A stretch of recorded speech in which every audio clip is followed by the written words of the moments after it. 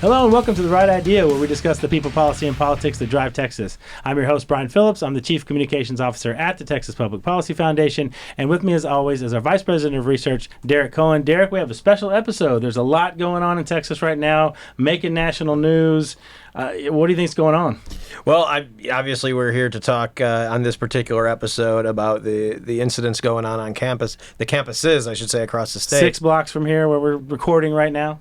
Absolutely, but luckily, I would say that the experience that we're having here in Texas, while still alarming, is nowhere near as bad as they're having in New York, California, and the other states. That's right. Making national news, of course, are all of the campus protests, the protesters who are pro-Palestinian, pro-Hamas, anti-Israel, whatever it is, however you want to describe it. I'll throw it all out there so I don't get yelled at on Twitter. But this is a huge issue in Texas, and so we decided that we've got some folks who are friendly here at the Texas Public Policy Foundation who are doing fantastic work, fantastic coverage, particularly on social media, bringing you all of the breaking news right when it's happening, and that is our friends over at the Texas Horn. And with us today is Garrit Blizzard. He is the editor-in-chief at the Texas Horn. Garrit, thank you so much for taking the time, taking you out of your very busy time of editing and covering all of these issues for being here with us today. Well, thank you for having me, Brian. Okay, so let's just jump right into the current events. Let's take people through. I mean, we're now, it's making national news. There was like a split screen between, Columbia, which is kind of ground zero for where all these protests have been happening, and then what was going on last week, and then Monday again at the University of Texas. And so let's just take it for the people. The protest started last Wednesday. They were trying to build encampments and all those kinds of things, which are illegal on campus. They were told not to do that. I'll let you characterize kind of what happened after Wednesday, but they were essentially removed. They all came back on Monday, and there was more of the same. So there was more video of the students and a lot of non-students, which we'll get into, being removed as well. And so it's, a lot of people have seen kind of the conflict side of things, but you've had reporters right there in the middle of it the whole time. So would you take our audience kind of through your lens of what you all saw and how you're covering it at the Texas Horn? Certainly. So, as you said, on Wednesday, April 24th, the Palestine Solidarity Committee, which is the pro-Palestine organization at UT Austin, organized a walkout. And at this walkout, students are going to walk out of class, meet at Gregory Gymnasium, right there on Speedway, which is the main road on campus. Mm-hmm. And students gathered, and they all collected on Speedway. Numbers that I've seen have been around 500 students, or 500 people were there, because as you mentioned, there were a lot of non-students at this protest as well. And they all gathered up on Speedway, calling for the University of Texas to divest from Israel. And what this means is they want the university to essentially cut off all ties, all business ties with anyone that has any sort of business with Israel. And they were there calling for to divest, for UT to divest from Israel, and a large collection of people gathered on Speedway. And then, as you also mentioned, they were trying to build an encampment on the south lawn, on the South Mall, right there in front of the tower, in between the tower and the Capitol, the little mall there. And in fact, the university sent a letter the day of the protest, saying they were trying to contact the Palestine Solidarity Committee, telling them that they could not do this because the Palestine Solidarity Committee explicitly stated that they were trying to, their words not mine, join their comrades at Columbia, trying to build an encampment, trying to disrupt activities going on. This is finals week, so it's a very inconvenient time for myself and for many students and for our reporters, because we all have finals we're trying to work on. But essentially, they clashed with the police. The police got them off Speedway. They went to the South Lawn, and from there, they set up canopies and blankets, trying to make some form of encampment on the lawn.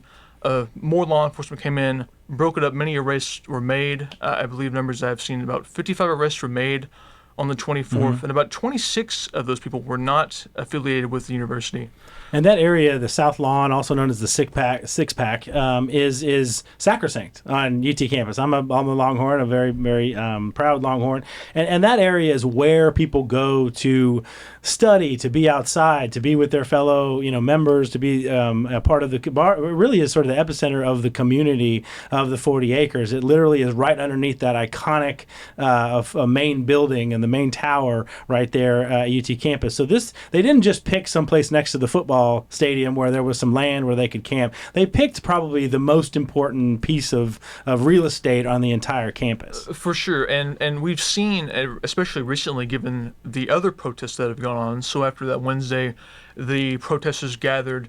Actually, initially on that Thursday, it was actually going to be a protest against the university's response to SB 17 and the layoffs that have happened.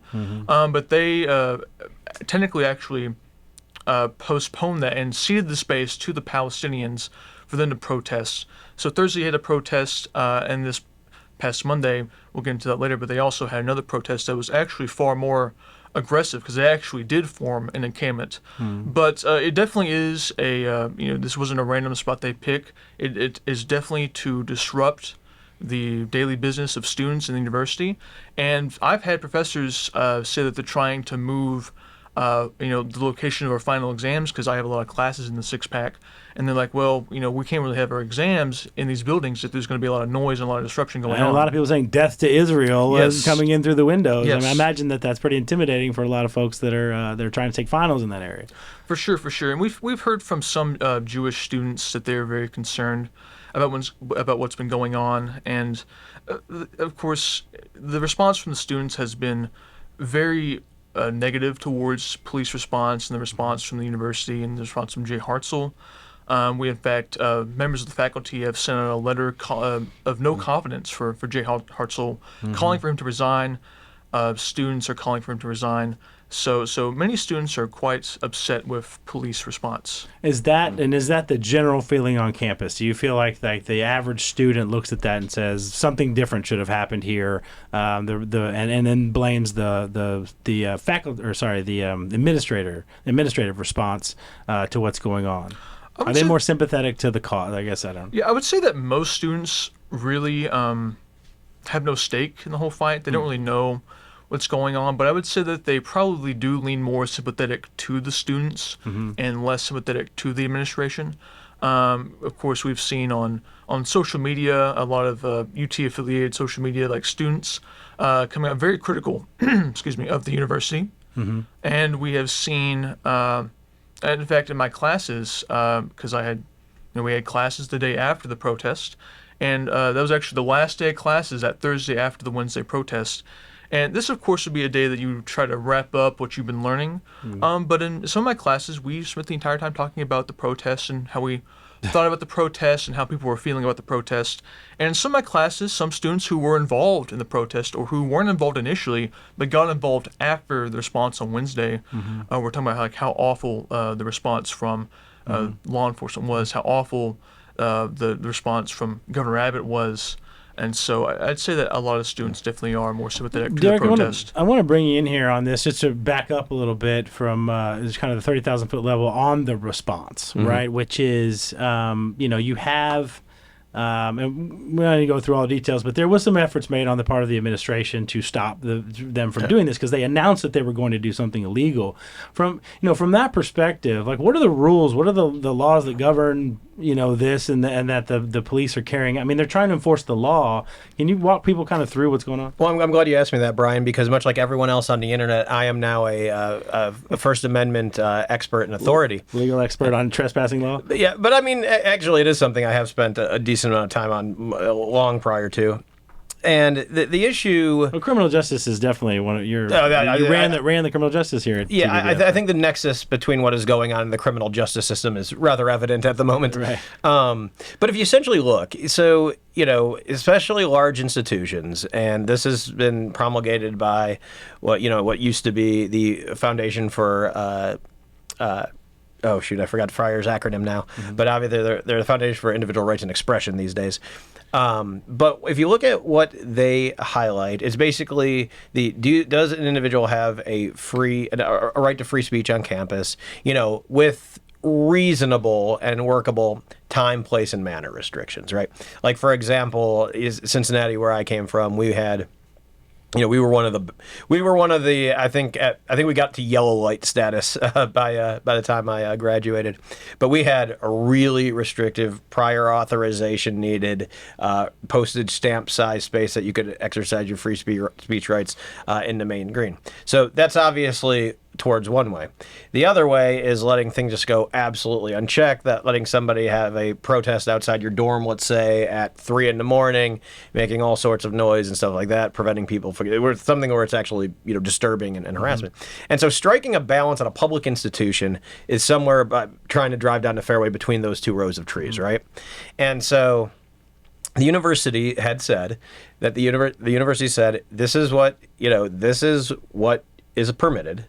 These are our time, place, manner restrictions, and then it had the time that dispersal was necessary by. Any attempt to circumvent this or to set up a permanent encampment will be dealt with. And I think you needn't look further than the actual experience at Columbia, at UCLA, at California Institute of Airplane Design and Paper Airplanes and Origami or whatever it is. But all these places where they did get a foothold, where the protesters did get a foothold, did start an encampment, it didn't stop there. It wasn't like, oh, we're just doing an encampment. It was, oh, we're doing an encampment. Oh, now we're, cordoning off areas from Jewish students or Zionist students. We're cordoning off it. We're occupying a building if it's Columbia. And vandalizing it and all kinds of things. Yeah, vandalizing. And so if you look at it in terms of the response, the initial parameters, absolutely acceptable. The actual response was within the bounds of the law enforcement authority, was within that bounds to not allow that encampment to take hold. It was absolutely permissible. Now, the behavior on some of these protesters outside, I know that gets conspiratorial, says outside agitators, but I mean, the numbers are the numbers. Yeah. I mean, the actual, coming from both UT Comms and the clerk of courts in Travis County, we're seeing that there are a lot of outside people that had nothing to do with the university that are now coming here and protesting. And to let that sort of fifth column behavior actually be happening in our publicly funded institutions, Jay Hartzell was 100% right responding to it the way he did. Now, people are saying, well, what about the pepper spraying and things like that? This is what things people need to realize about protesting is when you protest like this, if there are people in your midst that are acting aggressively and violently, there is basically one way you can address all that. And yes, people probably got pepper sprayed that weren't doing anything warranting of pepper spraying as a side effect of somebody who was, or standing next to somebody who was. But at the end of the day, you can't take that out of the toolbox because people are intermingling. The people that are, throwing things at cops and in the case of the pepper spray, it was literally people obstructing justice. They were stopping the bus full of arrested people from actually getting out of there. But all that to say is, at the end of the day, the response and the trajectory that we've seen on these encampments in other states completely warrant the response that was given. The free speech argument is basically the one that the protesters are using. I won't say hiding behind, but they're using. And is there no discussion of the First Amendment is, of course, sacrosanct as well, but it's not I can do whatever I want. They're not Ron Swanson in the park, with their permit that says I can do what I want. And that there are limitations may not be the right word, but there's certainly guide rails on that, and and I think you pointed to the one on Thursday. There was a protest last Thursday where they literally were in the public square, right underneath of the main building. Hundreds of people there with bullhorns saying whatever they wanted to say. No matter how anti-Israel it was or not, they were allowed their hours of free speech. The difference is there was no encampments. There was no public. They weren't setting up. This foothold on the South Mall. There wasn't even any police presence there at all. There was much less remove them. So is there some understanding that at least the protesters know the difference between freedom of speech and exercising freedom of speech versus what they're doing with the encampments, or is it all conflated? As you mentioned, the protest on Thursday was very peaceful, and there was certainly not the same level of law enforcement presence as there was on Monday or there was last Wednesday. And furthermore, as the university has pointed out in press releases, it's not like this is the first pro-Palestinian protest that has happened at UT. There have been, I believe they've said there have been 13 pro-Palestinian events that have taken place on campus this year. And, the Palestinian Solidarity Committee, they often protest, the Jewish block party that happens every year. They're usually always out there doing something. That happens. I got to correct you. They're anti-Israel's decision-making, not anti-Jew. That's sarcasm. Spin. That's the spin. Right. Yeah. Right. Yeah. By the way, how do I get invited to this party? Anyway, go ahead. I think you just show up. I think you just show up. I never had that in college. We didn't have open block parties. But yeah. So, and to follow up on what Derek made, a point that he made earlier, the response by the university, and I think conservatives, some conservatives are really going down the wrong path in a lot of these arguments by making it all about anti-Semitism. While many of the things that have been said at these protests are in fact anti-Semitic, and arguably it's actually more anti-West. I think you see that at many universities they're tearing down the American flag, replacing it with a Palestinian flag. They're anti-cop. You see there's some overlap with DEI. A lot of these really the classic oppressor Marxist dynamic going on here in these protests. But the response by the university and by law enforcement wasn't good was good not because what was said was anti-Semitic or awful. Like we can have yes, those things are wrong and that shouldn't happen. But you can say anti-Semitic things. Yes, you can say that stuff. The response was good because the protesters explicitly stated, and they tried to do this on Monday, set up an encampment. They were harassing university employees. The university said that there were baseball-sized rocks strategically placed in the encampment. There were tools. They had chains with tables to surround their encampment. Build a wall, perhaps? Set up so walls do work. Set up a border of sorts. But the response was good because the protesters were trying to set up an encampment. They're trying to disrupt the university. They're trying to intimidate students and staff. And as has been shown through the Texas Horns reporting and from statements by the university, they have thrown stuff at the police. They have tried to obstruct justice, prevent arrests from being made, and they have in fact been violent at times. Some of them, at least. And and these rules existed before October 7th. They certainly existed before all of these these protests started taking place. And the administration, according to their account, conveyed all of this. They communicated all of this to them and said, what you're about to do is illegal. And, I hate to kind of take people down the path here, but, when you're trespassing, right, you're in a place where you're not legally allowed to be. You've been asked to leave, you've been asked to disperse, and you're refusing to do so. There's really no other option at that point than to legally and legitimately forcibly remove somebody. So it's going to literally take a physical nature of sorts to actually physically remove somebody. And yet they're turning that into, they're beating me. And of course there was, I should ask you, did you see any evidence of any of the police officers using excessive force? Or I don't know if that's something you would characterize, but certainly from the videos that I've seen that you guys have posted and all of that, there was certainly something of a physical nature with them pulling people out because they're trespassing and they're refusing to leave. But did you see any evidence or have any video or anything of the cops doing anything? Yeah, I certainly can't speak to every arrest made because I didn't see every arrest made. Sure. And I think it really depends on who you ask about excessive force. If you ask the protesters, they would say, absolutely, excessive force was taken because any force was taken. Because force was taken. Yeah. Because they were arrested, they were zip-tied, and they were hauled off to jail. But what would you do if someone was sitting in your house and they were trespassing in your house and you call the cops? Do you expect the cops to sit there and reason with them about not being in your house? I think in their mind legally? they would probably say they probably wouldn't even call the cops to begin with. I mean, they're so anti-cop, but they'd have to start with a land acknowledgement and Yeah. I mean, these are get the pronouns. All that, these are many of these students. Somebody. Many of these students are very Marxist in nature, and so what they would do, I have no idea. They probably would say that, welcome right. to my home.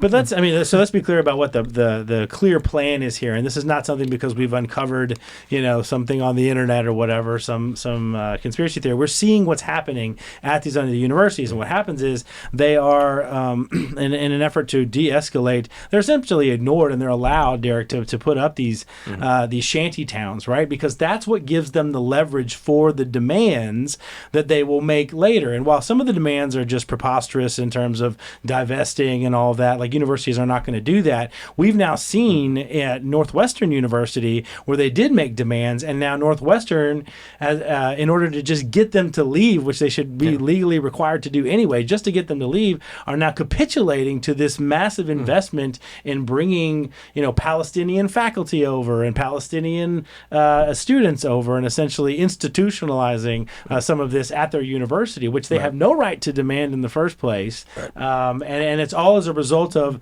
Northwestern allowing them to camp there and to set foot there and to set as you said, to have a foothold in this. They're now using this as leverage. It looks like the University of Texas is saying, we're not going to let you get anywhere near that. Well, and that's, we have the old, the old, Rudyard Kipling quote about never paying the Danegeld because they're going to come back looking for more. I think the more Reaganite conception of that is you never negotiate with terrorists, or in this case, terrorist sympathizers. Because that's the thing. There's never enough. Like, it's not like you only need to divest. Like, the minute Colombia cuts all ties to Israel or Israeli companies or companies that have business in Israel, that everything goes back to the status quo. It'll never be like that. That is not in the Marxist doctrine. They'll take the inches they can, but they're looking for that mile. They will never back down, and that's why I wholeheartedly support the response from President Hartzell and the administration, because if you let them get that toehold, it's only the battle. It's like a ratchet; it never goes backwards. That's right. And never let that ground seat. Tom Lindsay, who is our resident expert on higher education here, said something eerie to me the other day. He said, even going back to the riots of the 1960s and all of that, and following campus protests up until this point, he said, unfortunately, Brian, I've never seen them lose. They always win in some respect, whether it's getting some concessions that weren't even part of the initial demands for doing things like, just getting up and leaving. He said, I've never seen them lose. And so I want to talk to you a little bit about that, Gary, about the faculty response. You mentioned this letter, this vote of no confidence. What kind of teeth does that really have? 500 faculty sounds like a lot, but at a place like Texas where you have over 2,000 faculty, it's not even 1/5. Maybe it is, maybe it's not. I think to the average person it does. How is that playing out, and do you think that's going to have any effect on what the administration does? Yeah, I don't think it has a lot of teeth. I don't think that the university is really going to give much of an inch on that line. I think it emboldens students. I think students see, like the student protesters, they see this as a win for them. Like, oh, the faculty are on our side. But I don't really see much traction being made with that. I mean, that could change, but as of now, I don't really see that. So let's say there's a vote of no confidence. Is that? That's just like the equivalent of a blog post with people's signatures or something. Like, what is that? I actually don't even really know how a vote of no confidence works at UT. I don't know how they would go about doing that. They might. So far, it's just like essentially like a petition, right? With their names on it. Which we know how how effective those things are. Which I'd like to point out is keep in mind this is all organized through the AAUP, the collective bargaining entity in most states for college professors. AAUP, a collateral organization of AFT. They just early last night have been shotgunning basically to all faculty, whether research faculty or adjunct faculty, trying to drum up more support for this letter. But like I mentioned, they don't even have one. Nobody would look at the faculty at UT and go, "Man, that is it's basically Liberty University South, right?" Right. No. Nobody's saying that. But even at UT, they're only able to get 500 members of various attenuated affiliation to sign on to that. The faculty, let me just put it this way. The inmates do not get to run the asylum.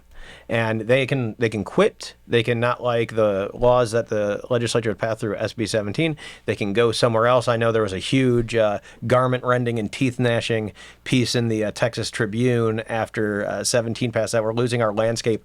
We have one of the foremost landscape architecture professors at A&M who left, and I don't know where I'm sure certainly that'll keep them from winning another SEC championship, but I have no idea where people and under any conceptualization of higher education think that the tail should be wagging the dog like that.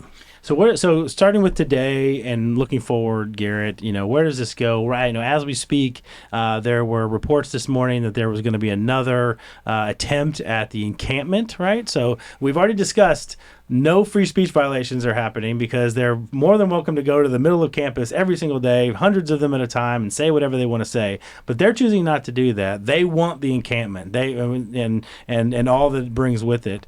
And there was reports today that they were going to go try and set up another encampment today on the South Lawn. Where is that? Are they grouping as we speak right now? Yeah, so last I heard, that actually has been postponed to this upcoming Sunday, May the 5th. I haven't heard any other word about that. That's just a recent thing this morning. Mm-hmm. Is that because the administration is trying to work out a deal with them, or do you have any idea why they... I'm not too sure. I've heard issues with the weather as being a potential reason, but I haven't really heard anything beyond that. But to your point about where this goes... We will not be intimidated, but we don't want to get rained on. Sorry. Yeah. Nobody likes being wet. Geez. But to your question, where this goes... Honestly, I'm not too sure. They have been very persistent in trying to get this encampment started. Mm-hmm. I've read in one of the posts from the Palestine Solidarity Committee that they're trying to regroup and rethink their strategy, essentially, about how to approach this. And yesterday they had some events on the lawn, but it was not an encampment. They just kind of had a little circle, singing songs and talking about Palestine and whatnot, but the teach-ins or whatever. Teaching people about the region and Palestine and the conflict and all that. Mm-hmm. There definitely have been concerns from students that I'm talking to that about graduation coming up, about will they try to disrupt any commencement ceremonies, the graduation ceremonies. I haven't heard anything beyond speculation and concern. But I imagine at our graduation ceremonies and commencements there will be a heightened security and preventions taken to. And you're one of those graduates. I am. That's expecting to walk the stage and have everything that you've earned the last 4 years right there, and this may disrupt that. Yeah, no, it's quite funny because in conversations I've had with other seniors, the parallels between 2024 and 2020 are quite similar. We graduated high school in 2020 in the middle of the COVID pandemic. Yep. Many of our graduations were canceled or put online. Luckily for me, I went to a very small rural school, so our graduation, class was so small, we had it outside. But for other students, they didn't get a graduation. Mm-hmm. And so there is some concern that, or worry that, it's 2020 all over again. We're going to have a graduation canceled because Columbia, they've moved their classes online, and there was a college in California that flat out canceled their graduation ceremonies. So there is some concern about that. And while some colleges do have their graduations in venues like Sam Bass Hall and other places, or the Irwin Center when it was still there, there is a commencement for all students, which is right there again. It's completely right outside, right underneath the iconic main building, where anybody could walk up with a sign and start screaming with a bullhorn and be disruptive. So there's real concern that could happen, right? Yeah. For sure. All right. So going forward, so they've moved the protest from today to May 5th because they don't want to get rained on.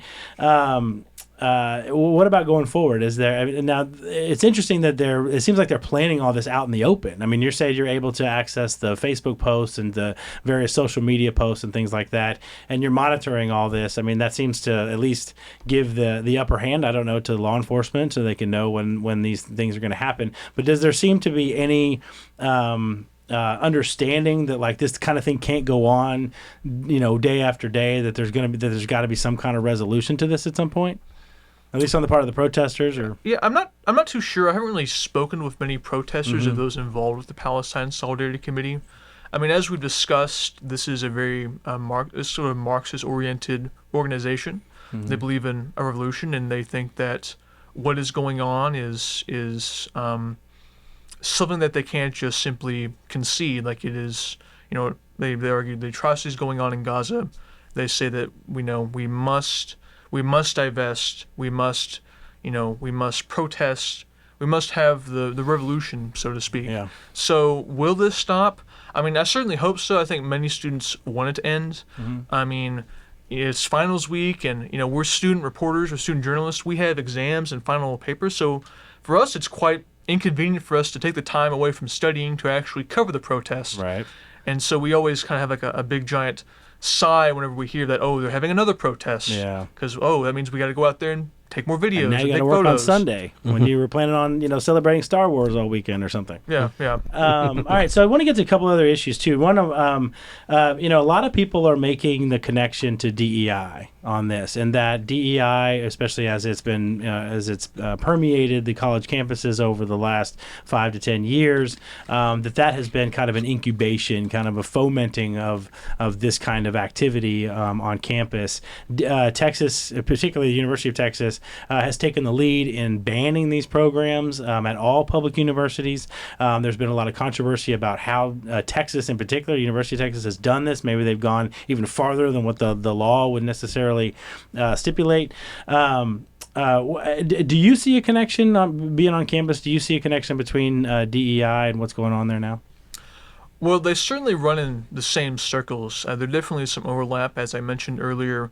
The protest They're not married, but they date. Yeah. Like, I'm not going to go out and characterize that everyone who supports DEI also supports Palestine and vice versa, but there's definitely overlap. But as I mentioned on the protest on Thursday, initially it was a protest against the university's response to SB 17, the layoffs that have happened as a result of the DEI ban. The common argument you hear is that it was over-compliance. They went beyond what they were required to do, and it was a group of faculty and I think it was a public employees union. I'm blanking on the actual name. SEIU. Yeah. They were getting together, forming this protest. Or TSEU, sorry. And then, of course, after Wednesday, the Palestinian Solidarity Committee said that we're also going to have a walkout at the exact same time, at the exact same location. Coincidence. Yeah, very, very coincidental. So there's definitely overlap. And the same people who are upset about the response to the Palestinian protest are the same people who were upset about the layoffs. Derek, from your perspective on the connection with DEI, Texas did take some very aggressive and strong steps to eliminating all DEI. There's been efforts to subvert that, of course, that we've chatted about on this show before. Do you think that Texas has done enough, and will it have an effect will it have enough effect to stop these kinds of protests or this kind of organization? I don't want to say it stop the protests. Again, this is a free speech issue, but the kind of thing that ends up being what we're seeing at Columbia. Do you think that law has an effect on that, or that a second round, another DEI ban 2.0 is going to be necessary to do that? I think tangentially it probably had some effect, insofar as there's at least 50 or 60 fewer people that would have definitely been out there holding signs if that was what they seen as their vocation or avocation. But, I mean, to be honest with you, Texas did about all it could. We got to define what the legislature done about all it could. Who the responsibility that this belongs to now is with the administration at UT and specifically the Board of Regents. And these are people that have been trusted by the governor to actually run the business of the University of Texas at Austin. If they have reached a point where the anthropology department, and I'm naming them specifically because they are one of the largest agitators here, them in the English department, when it comes to this kind of, we'll just say, behavior. If they want to say that these are so necessary to keeping our spirit of free inquiry that we just have to let these adults behave as children, then that's going to be a decision that they're going to have to leave with. What we can see is that these gubernatorial appointees and those appointed in the future by Governor Abbott or any future governor, they're going to have a real clarity on what they feel the mission of higher education is. And because for so often, nobody's like it's not like one of these, massive sponsored research programs, where you have a department that just brings in federal money or whatever the case might be, and then keeps its own lights on, and you kind of lose, control of the dog at that point. No, anthropology is not one of those departments. It is just a department out there to really promulgate this kind of Marxist ideology. And I don't say that as like right wing AM radio talking point. Literally, that's what class in conflict is what they teach. And that really has, I would say, no bearing on any sort of Western academic inquiry. If they want to do this at a private school that sets its own regents, sets its own board, whatever the case may be, that's fine. But my question is, and my question to the regents and the administration is, why should the Texas taxpayer or the permanent university fund that's topped off by Texas resources, why should that be employed in the thrall of these particular viewpoints that are, to call them fringe would be to elevate them? Garrett, I want to talk to you a little bit about, we have a couple minutes left on the show. I want to talk to you a little bit about your organization, because it's not your typical student newspaper. You are unapologetically approach things from a conservative standpoint. That was the purpose of creating the Texas Horn, I guess, 3 or 4 years ago, and you've been the editor-in-chief now for almost a year. What's that been like? Holding your flag up and say at a place like University of Texas at Austin, which is decidedly left-leaning. What is that like, holding your flag up every day and identifying yourself as a conservative and then going out and doing the business of news? What do you face? Do you feel like you face challenges that other reporters or other news organizations might not? Yeah, so to give some background, the Texas Horn is UT Austin's award-winning conservative student publication. We're part of the Collegiate Network, which is through the Intercollegiate Studies Institute, and they set up various conservative papers around the country. And we've been around since 2021, and I've been editor-in-chief for almost a year now. And we definitely have seen an uptick in terms of views, in terms of followers on social media. Since the protests. Honestly, the protests have been fantastic for our organization. We have grown tremendously in terms of terms of visibility, in terms of people who know who we are. Clicks love chaos. Yes. and to get to your question, like, to be a conservative publication at UT. The main publication, the Daily Texan, paid for through university money. They are the establishment paper. They tend to be left leaning. In the past, they were far more adversarial to conservatives. I've heard stories of conservatives being openly denied positions to write for them. I've read op-eds by the former editor-in-chief, actually, from a few years ago, outright attacking conservative students. Now, to give them credit, in recent years, they've done a better job at bringing in more conservative voices.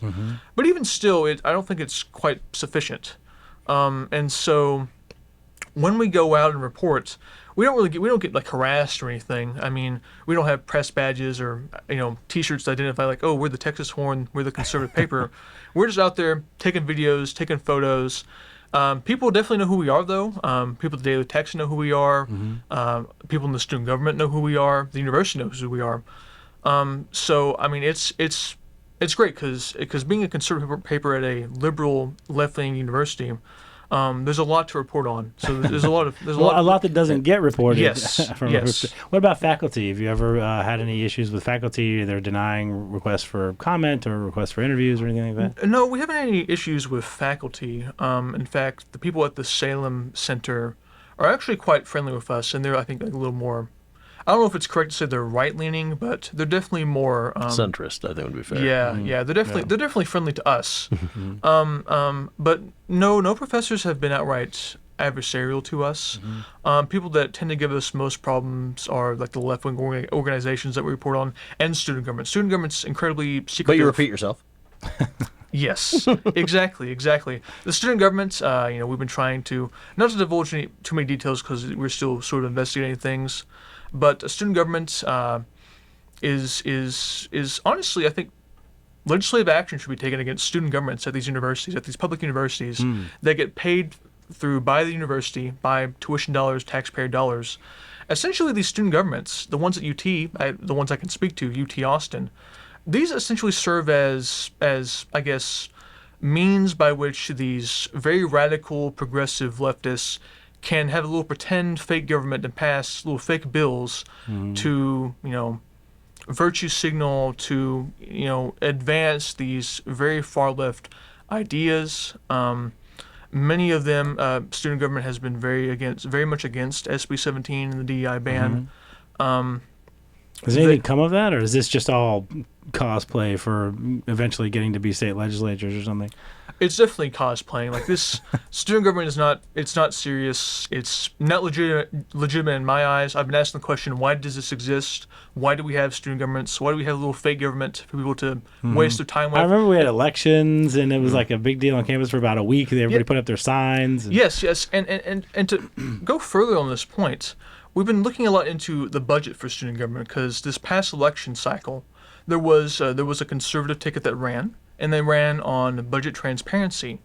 And a point they made was that not only is this a far left institution that's, full of petty tyrants and, people with a little fake government, but they're also getting paid their stipends for the president, the vice president, numerous governmental officials in the student government that are up to like $5,000, like each of them, yes, like thousands of dollars going to students. Now, what's interesting is, if like a member of student government saw this interview, they'd probably be like, "Oh, that's not true. That's not true. That's not the complete budget," which was the point that the candidates made in that election. And the Daily Texan, they write little profile on all the candidates, and they're like, well, we can't endorse the conservative candidates because they're spreading misinformation about the budget, because according to the university, the numbers they cited are incomplete. Now, you would think that the Daily Texan would do their due diligence as reporters to say, hey, wait a minute. The student government's saying that this is the incomplete budget. Where's the complete budget? Right. And that's what we're trying to find, and it's been very difficult. The numbers, which they say that the stipends and the amount they're actually appropriating, that's not the correct number. So is there more money? Yeah. Are they spending more? Thanks for validating that there's the questions to be asked.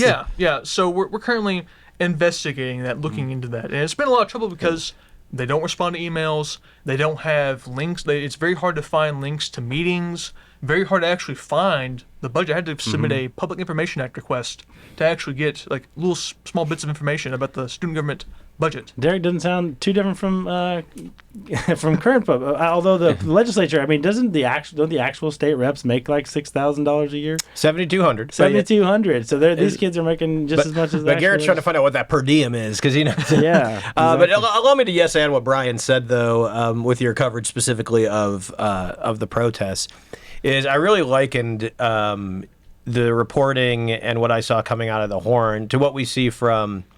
Say our friends over at the Texan News, right?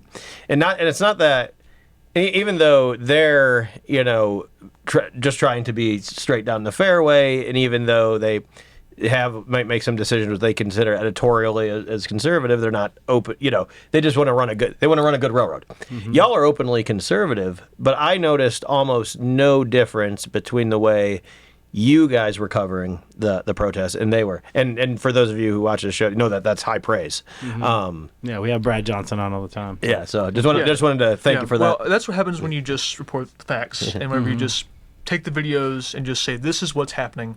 And I would point out that the Texan has been a huge inspiration for the people of the Texas Horn. I will state that I'm a former intern for the Texan. Connie and Brad and Mackenzie and Rob, they're great people. Shout out 5-year anniversary. Yes. Definitely check out their podcast. It's their podcast episode on the 50-year anniversary. That's a competition here. Come on. We can't eat our own, we love competition here at TVPF. Well, this has been really great. Garrett, I know this is kind of a last minute thing. We wanted you to come in and give us some perspective from being on the ground right there in the middle of the protest. You guys are doing fantastic work, fantastic coverage. It's daily a must read, especially now that all this national news is being made. Hopefully you'll graduate from our little podcast to Fox News someday and maybe get on there and discuss all these big issues that are happening there at the University of Texas. So really appreciate you being on today. Well, thank you, Brian, and thank you, Derek, for having me. It was a great pleasure to talk about the Horn today. Absolutely. All right. And so thank you for indulging us in this special edition of The Right Idea. As we like to say, do good and risk the consequences. We'll see you next time.